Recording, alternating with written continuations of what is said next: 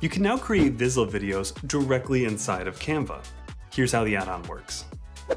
In your Canva project, you'll find Visla by searching for it in the Apps tab.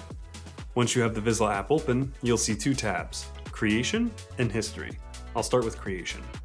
You have the option to create a video from either a script or a web page URL. Once you add your source material, you can edit your video settings, footage settings, and background music settings.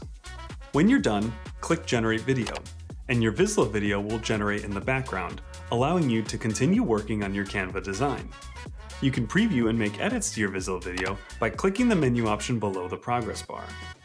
You also have the option to start another video, should you need multiple videos for your project. Looking now at the History tab, you can use clips from your Visla workspace within your Canva design. This is also where your generated videos will appear when complete. Just select the clip you'd like to use and click Add to Design. You can also select View or Edit to open up your clip in Visla. With the Canva add-on, creating Visla video content is faster, easier, and seamlessly connected to your Canva designs. You can try Visla for free at visla.us.